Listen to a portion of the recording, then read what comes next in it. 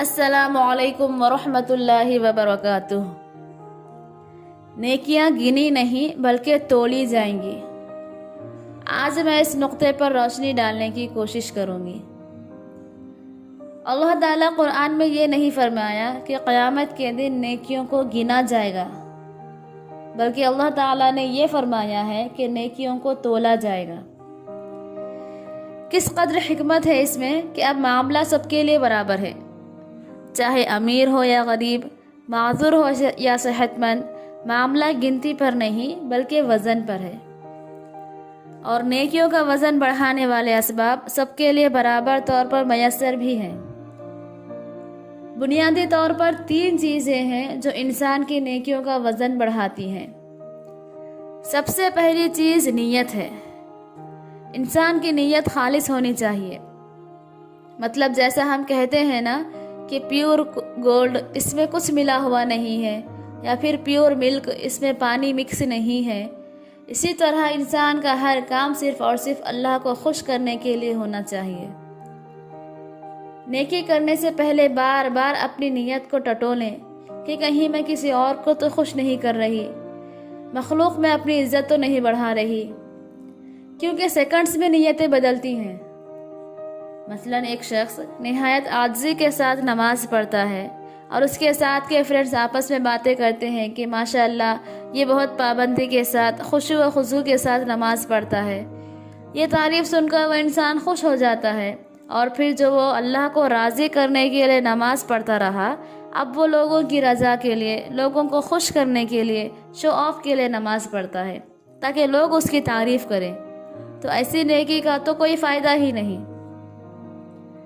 انسان حج کے بعد اپنے نام سے پہلے حاجی کا لفظ استعمال کرتے ہیں، جو کہ ایک طرح کا شو آف کا کام ہی ہے۔ اپنے ہر کام میں اخلاص کو شامل کریں، چھوٹی سی چھوٹی نیکی بھی صرف اللہ کو خوش کرنے کے لیے کریں، ورنہ آپ عبادتوں کے پہاڑ بھی بناتے جائیں لیکن نیت خالص ہی نہ ہو تو وہ عبادتوں کے پہاڑ بھی قیامت کے دن آپ کو ہرگز بھی فائدہ نہیں دیں گے۔ دوسری چیز طریقہ۔ اسلام اتنا مکمل ہے کہ بیت الخلاء سے لے کر بیت اللہ تک کے سارے طریقے انسان کو بتا چکا ہے، سکھلا چکا ہے۔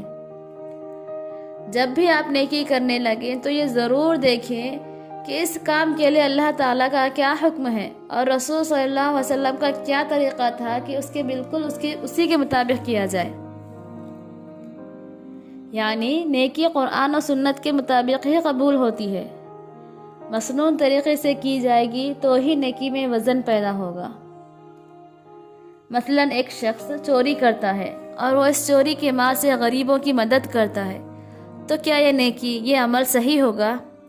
نہیں، کیونکہ غریبوں کی مدد کرنا نیکی ہے، لیکن چوری کرنا اللہ اور رسول صلی اللہ علیہ وسلم کے حکم کے مطابق ہی نہیں ہے، تو یہ نیکی نہیں اور نہ ہی یہ عمل قابل قبول ہوگا۔ اس لیے ضروری ہے کہ اپنے ہر عمل میں دیکھیں کہ کیا میرا عمل اللہ اور رسول صلی اللہ علیہ وسلم کے طریقے کے مطابق ہے یا نہیں۔ تیسری چیز قربانی ہے۔